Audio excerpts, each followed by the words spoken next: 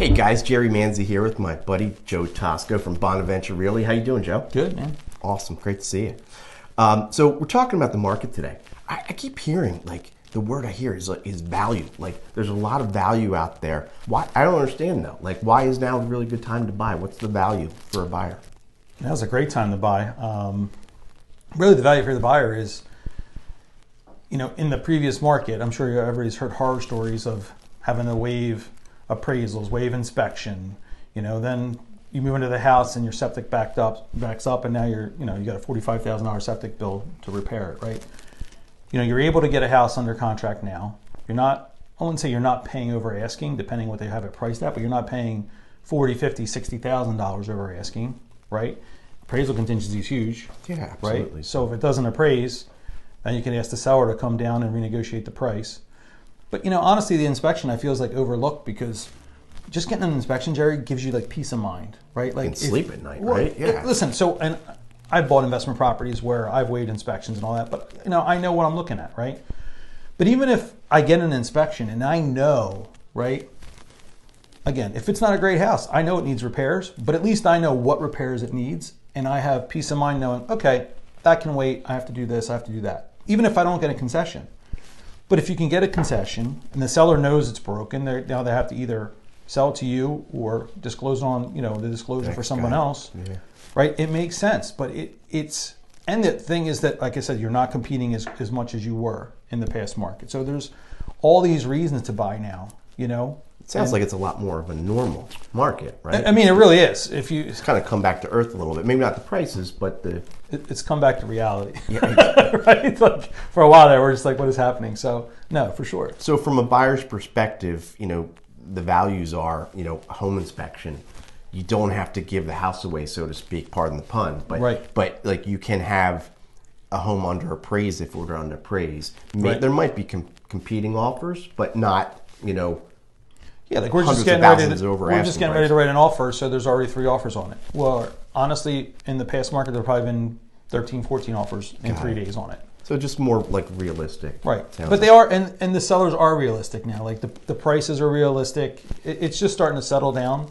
Cool. So no, it really, it is a good time to go out there and look for real estate. And are the prices, in a competitive situation, are they going up as high? No, not at all. I mean, so again, you still may pay over asking depending upon what it's priced at, but not. Listen, I was putting in offers $80,000 over asking and getting responses like, the offer looks strong, but you're not even close on price. And I'm like, I'm not even close on price. I'm 80,000 over, and I'm not close. Like, it's not that market.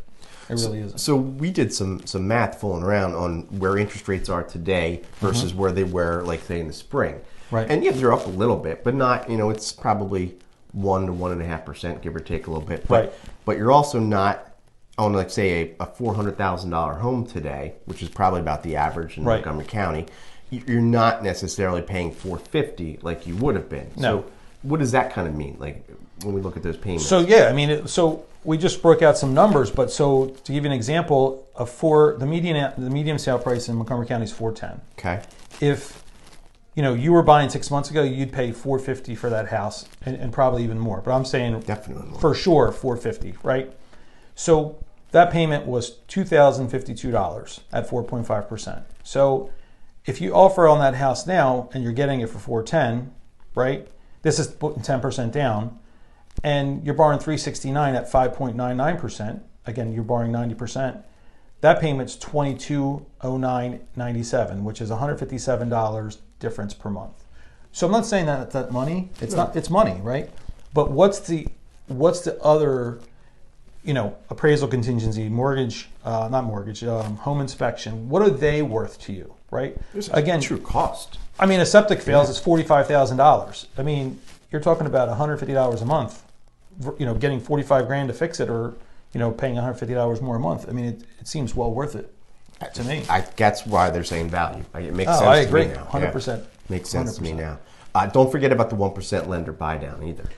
Oh, I didn't. So I did factor it in, but I did forget about that. So when you do that now, because there is a 1% buy down lender credit, that same house at 4.99 is $1,978.62. So it's actually less than you would be, buying the house again at $450 and all those other things. Like more advantageous now.